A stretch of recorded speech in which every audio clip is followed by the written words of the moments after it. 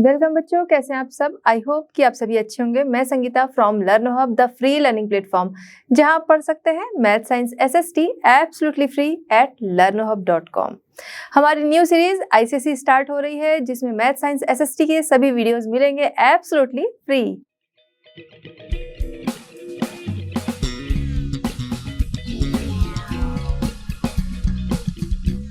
बच्चों, आज हम डिस्कस करेंगे आईसीएसई क्लास 7। टॉपिक हमारा है birth of prophet Muhammad and spread of इस्लाम।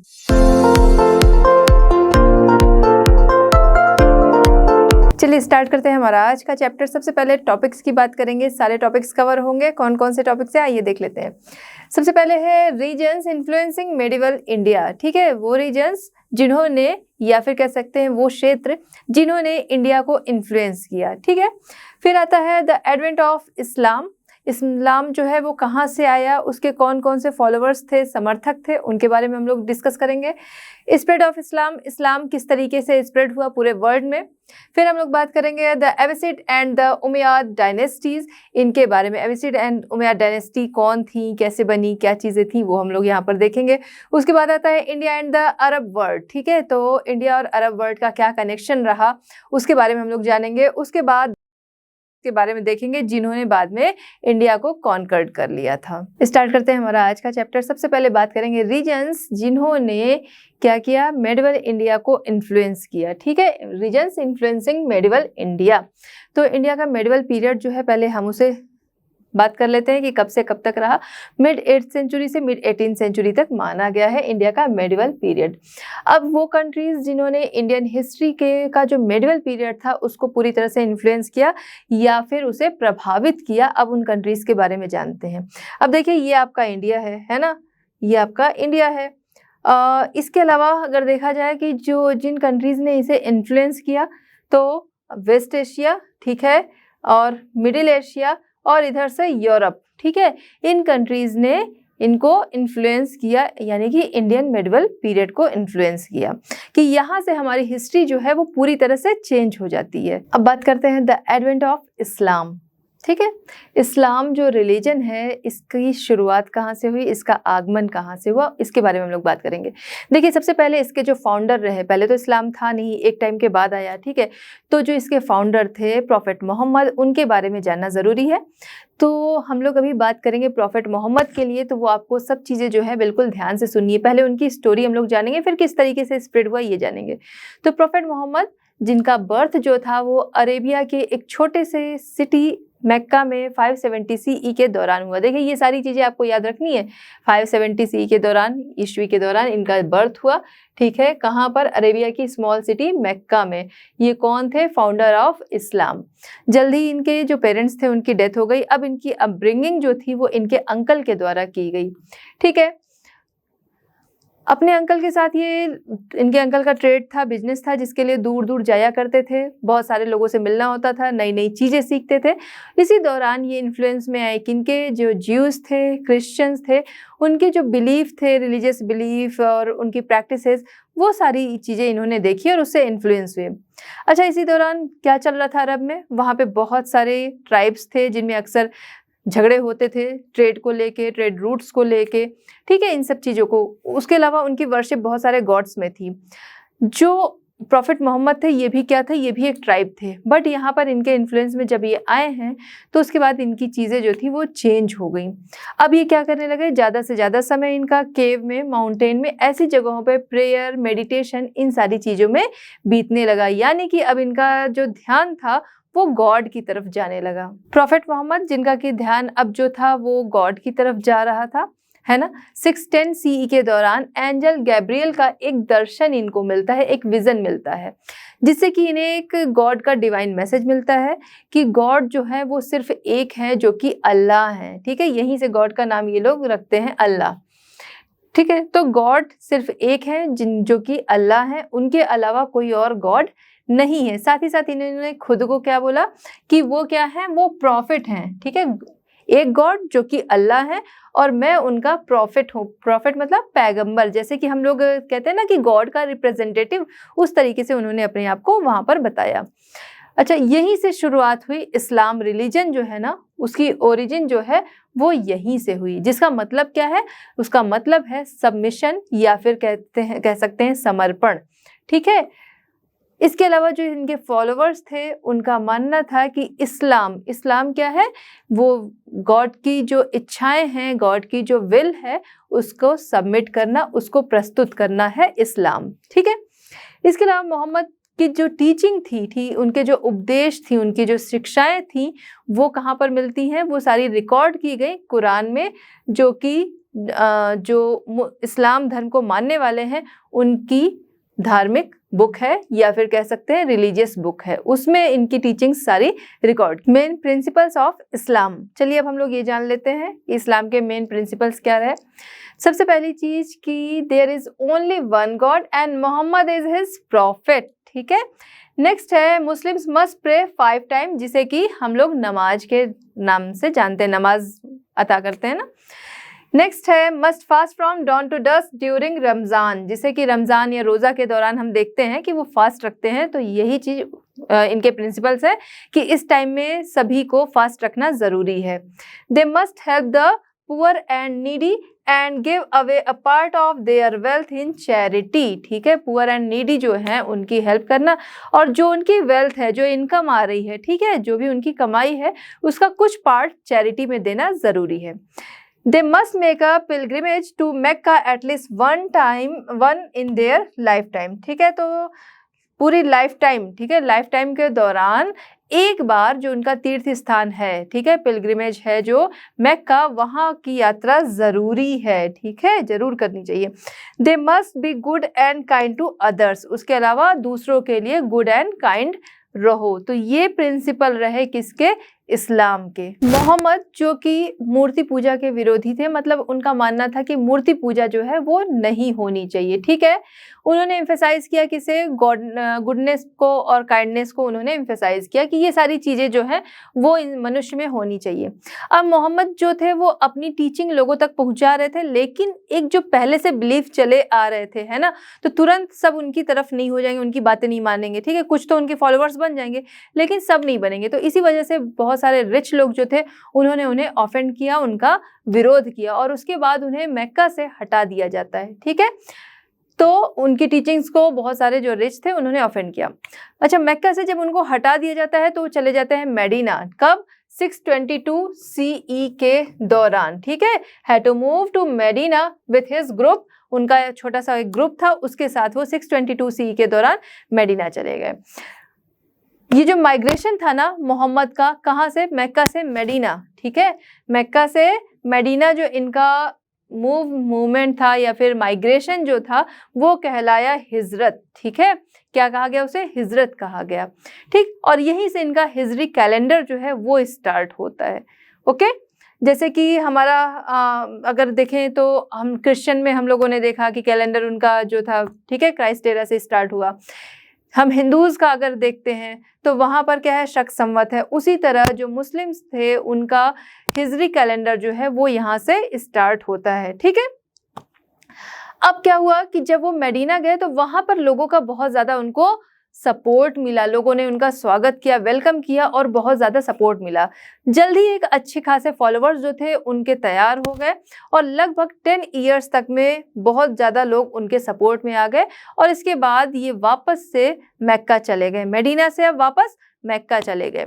ठीक है, तो वहाँ पर जब दोबारा से पहुँचे हैं तो वहाँ पर जाकर जिन लोगों ने इन्हें अपोज किया था उन्हें इन्होंने माफ़ कर दिया, और इस तरह से वहाँ के लोगों ने भी बाद में जो इस्लाम रिलीजन था उसको मान लिया। ठीक है, इस्लाम का जो फेथ था, इस्लाम रिलीजन जो था उसे उन्होंने अडॉप्ट किया।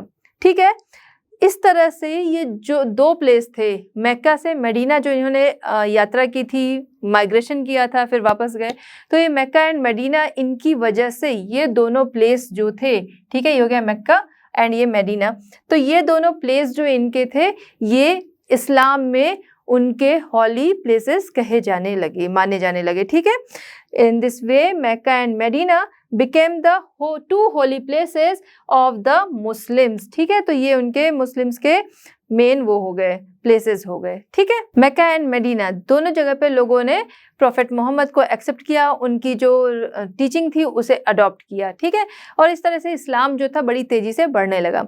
लेकिन होता है कि अर्थ पे जो आया उसे एक बार आया उसे जाना ही है। तो उसी तरह 632 CE के दौरान प्रॉफिट मोहम्मद की डेथ हो जाती है। ठीक है, कब होती है? 632 CE के दौरान।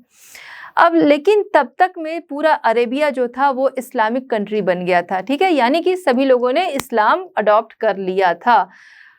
Whole of Arabia had converted to Islam. ठीक है, सभी इस्लाम में कन्वर्ट हो गए थे। अब प्रॉफिट मोहम्मद जिनकी डेथ हो गई थी, उनके फ्रेंड अबू बकर, ठीक है, उनके फ्रेंड भी थे, उनके फॉलोवर भी थे। अब उनको इलेक्ट किया गया एज हिज सक्सेसर, यानी कि उनका उत्तराधिकारी बनाया गया अबू बकर को। अबू बकर जो कि जिनको टाइटल मिला कैलिफ, या फिर जिसे हम खलीफा के नाम से जानते हैं ना, खलीफा अक्सर आप लोगों ने सुना है। ठीक है, तो खलीफा या कैलिफ कह सकते हैं कि ये टाइटल इन्हें दिया गया। ठीक है, ये टाइटल किसको दिया जाता था? इस्लाम कम्युनिटी का जो हेड होता था उसको ये टाइटल दिया जाता था। ठीक है, उसके लिए ये टाइटल होता था। अबू जो थे वो बाद में रिलीजियस और political head of the people, जो इस्लामिक लोग थे उनके रिलीजियस और पॉलिटिकल हेड के रूप में सामने आते हैं। स्प्रेड ऑफ इस्लाम बात करते हैं। अबू बकर जिन्हें की टाइटल दिया गया था कैलिफ या खलीफा का, अब उन्होंने जो अरब्स थे उनका ट्रांसफॉर्मेशन किया किसमें? Excellent fighting force. अब ये एक्सीलेंट फाइटिंग फोर्स किस लिए बनाई गई थी कि जो कंट्रीज हैं, अदर कंट्रीज हैं, कॉन्टिनेंट्स हैं, वहाँ पर वर्ड अल्लाह जो है वो पहुँचाया जाए, यानी कि इस्लाम को वहाँ तक पहुँचाया जाए, लोग उससे इन्फ्लुएंस हैं, उसे अडॉप्ट करें, इसलिए ये फाइटिंग फोर्स जो थी वो बनाई गई थी। ठीक है, अच्छा, इसके अलावा अरब आर्मीज जो थी, ठीक है, अरब आर्मीज जो थी वो इन्फ्लुएंस थी मिशनरीज से, तो इसलिए इन्होंने क्या किया? अपनी टेरिटरीज जो थी, ठीक है, बहुत सारी टेरिटरीज जो थी उस पर आक्रमण किया और उसे जीत लिया। अब क्या था कि अपने जो एम्पायर है उसे एक्सपेंड करना है, उसे बढ़ाना है, जिसके लिए स्पेन हो गया, ईरान हो गया, Syria, central Asia, north Africa, इन सब तक अपना एम्पायर एक्सटेंड किया गया। अब अगला स्टेप क्या था? अगला स्टेप ये था कि जब अलग अलग एम्पायर को एक्सटेंड किया जा रहा है, अपने एम्पायर को जब एक्सटेंड किया जा रहा है, अलग अलग टेरिटरीज को जीता जा रहा है, तो फिर अब जो बिग सिटीज हैं वो इस्टेब्लिश की जाए, जिसके लिए इन्होंने बगदाद, डेमेस्कस एंड कायरो ऐसी सिटीज़ जो थी, बड़ी सिटीज़ जो थी वो डेवलप की। इसके अलावा लोगों को इनकरेज किया गया कि एक तो इस्लाम जो है उसको तो उसे तो लोग अडॉप्ट करें, उसके अलावा जो इस्लाम को मानने वाले लोग थे, ठीक है, यानी मुस्लिम जो थे, उनको इनकरेज किया गया एग्रीकल्चर के लिए, ट्रेड के लिए, जो कि अच्छा भी है कि भाई ये चीज़ें इंसान करेगा तो उससे डेवलप होगा, तो ये सारी चीज़ों के लिए उन्हें इनकरेज किया गया। ठीक है, इसके अलावा एक बड़ा काम यहाँ पर हुआ, एक वाइब्रेंट सिविलाइजेशन जो थी वो डेवलप हुई। ठीक है, वाइब्रेंट सिविलाइजेशन यहाँ से डेवलप हुई। चलिए, तो ये इस्लाम जो था वो किस तरीके से स्प्रेड हुआ ये तो हम लोग डिस्कस कर ही रहे हैं, यहाँ जरा मैप पे भी देख लेते हैं। तो सबसे पहले है मक्का, जहाँ पर प्रॉफिट मोहम्मद जो थे उनका बर्थ हुआ था।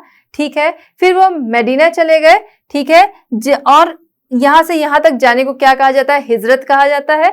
स्प्रेड होने की बात कहें तो यहीं से इस्लाम जो था वो अलग अलग जगह, जैसे ये देखिए सीरिया है, इराक है, ईरान है, ठीक है, ओमान है, तो इसी तरह से वो क्या हुआ? स्प्रेड होता गया और करते करते अरब के एक बड़े पार्ट पर, ठीक है, पूरा हम देखते हैं पूरे अरब में ही इस्लाम जो था वो बड़ी तेजी से फिर फैल गया। The Abbasids and the Umayyad dynasties. ठीक है, तो ये दो डायनेस्टीज थी जिन्होंने बहुत ज्यादा काम किया अरब एम्पायर की तरफ। ठीक है, तो सबसे पहले बात करते हैं जो अब्बासिड्स थे।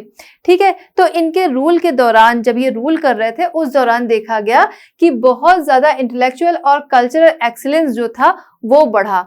किस तरीके से बढ़ा? क्योंकि इनकी तरफ से कहा गया था कि जहां से जो भी ज्ञान मिले, जो भी नॉलेज मिले, उसको हमें अपने यहाँ इकट्ठा करते जाना है। ठीक है, तो जाहिर सी बात है जहां से जो जिस कल्चर से अच्छी चीजें मिल रही थी, तो वो जब ये उसे अपने नॉलेज में ये लोग ले रहे थे, तो जाहिर सी बात है उससे डेवलपमेंट जो है कल्चरल एंड इंटेलेक्चुअल जो है वो बढ़ेगा। ठीक है, चलिए अब बात करते हैं उमैयद डायनेस्टी। तो उमैयद डायनेस्टी जो थी, उनकी जो कैपिटल उन्होंने शिफ्ट की थी वो की थी डेमेस्कस में। ठीक है, उसके बाद आते हैं अब्बासिड्स, जिन्होंने क्या किया था? डेमेस्कस से अपनी जो कैपिटल थी वो मूव कर ली थी बगदाद के लिए।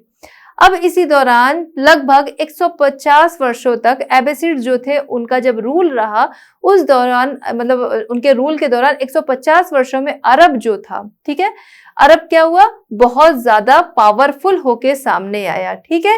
The Arab empire under the Abbasids emerge as one of the most powerful prosperous region in the world. किस तरीके से, क्योंकि जहां से जो अच्छी चीजें मिल रही थी उसे ये ग्रैब करते जा रहे थे, ठीक है। Assimilated the best of the other cultures had to offer, ठीक है, ऐसा कहा गया था कि जो भी कल्चर से जो बेस्ट चीजें मिले उसे एसिमिलेटेड करना है, या फिर कह सकते हैं अब्सॉर्ब करना है, ठीक है, उसको अपने अंदर मतलब उसको समझना है और साथ ही साथ उसको अपने अंदर एक तरह से उतार लेना है कि वो चीज जो है वो आपको समझ में आ जाए। इसके अलावा इन्होंने क्या किया था कि हाउस ऑफ नॉलेज जो था वो बगदाद में इस्टेब्लिश किया था।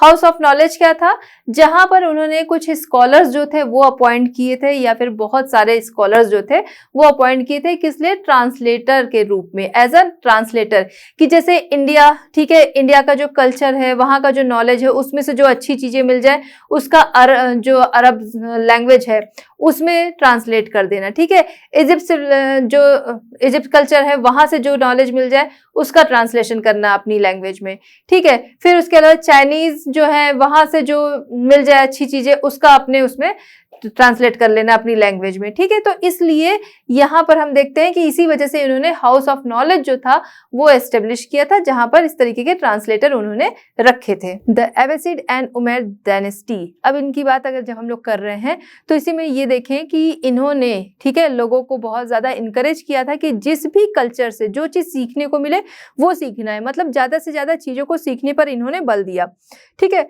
तो नॉलेज जहां से जो अब्जॉर्ब हो सके वो अब्जॉर्ब करना है, ठीक है, उसको एसिमिलेटेड करना है। अरब स्कॉलर्स जो थे वो अलग अलग सिविलाइजेशन से उन्होंने चीजों को इस तरीके से अब्जॉर्ब एंड एसिमिलेटेड आत्मसात किया, ठीक है। आइए देखते हैं किससे इन्होंने क्या चीजें जो थी वो अब्जॉर्ब की।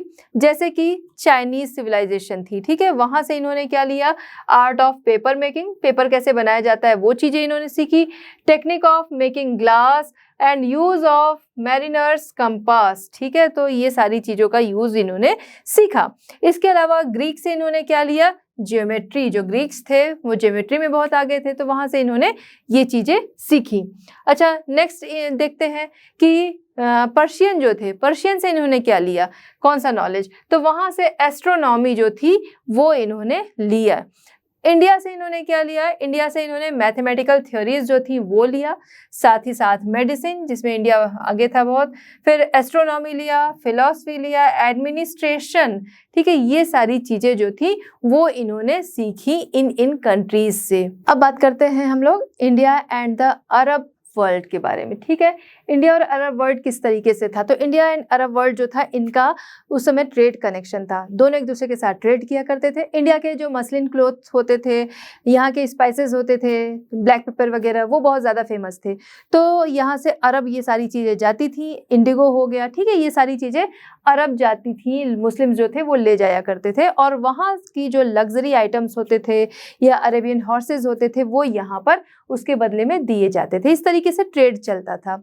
अब क्या था कि ये ट्रेड तो चलता था, जो इंडिया की वेस्ट कोस्ट लाइन थी, ठीक है, इंडिया की ज़्यादा पतला बन गया, ठीक है, इंडिया की जो वेस्ट कोस्ट लाइन थी वहाँ से ये लोग इंडिया में एंटर कर लिए, बट यहाँ पर अभी कॉन्कर्ड करने के लिए नहीं आए थे, ठीक है, वेस्ट कोस्ट लाइन से तो आए बट अभी कॉन्कर्ड करने नहीं आए थे, अभी बस इनके ट्रेड रिलेशन थे। यहाँ पर आए, धीरे धीरे यहीं पर बस गए, यहीं पर उनके घर एक तरह से सेटल हो गए और यहाँ के लोगों से उन्होंने शादी ब्याह वगैरह कर लिया, ठीक है, इंटरमैरिड हो गए यहाँ पर, तो यहीं पर बस गए। ट्रेड जो था वो बराबर इस तरीके से चल रहा था। Spread of Islam in south east Asia, ठीक है, यहाँ हम लोग दो मेन लोगों के बारे में पढ़ेंगे, एक मोहम्मद बिन कासिम एंड अल बरूनी, ठीक है, कि क्या क्या किसका नज़रिया था, क्या किसने किया, ठीक है। तो यहाँ spread of Islam in south east Asia, और ये ट्रेड तो ज़रूर चल रहा था, और ट्रेड चलते चलते ही जो साउथ ईस्ट एशिया वाला पोर्शन था, ठीक है, साउथ ईस्ट एशिया लगभग इधर हम लोग आएंगे इंडिया से। तो इधर का जो पोर्शन था वहाँ पूरी तरह से इस्लाम जो था वो स्प्रेड हो गया, इस्लाम पूरी तरह से फैला दिया गया, क्योंकि अभी हमने पहले भी पढ़ा था ना कि जो फोर्स रेडी हुई थी वो इसी लिए हुई थी। तो इस तरह से इस्लाम जो था वो पूरी तरह से साउथ ईस्ट एशिया जो था वहाँ पर डेवलप हो गया, या फिर वहाँ पर पूरी तरह से अडॉप्ट कर लिया गया, स्प्रेड हो गया।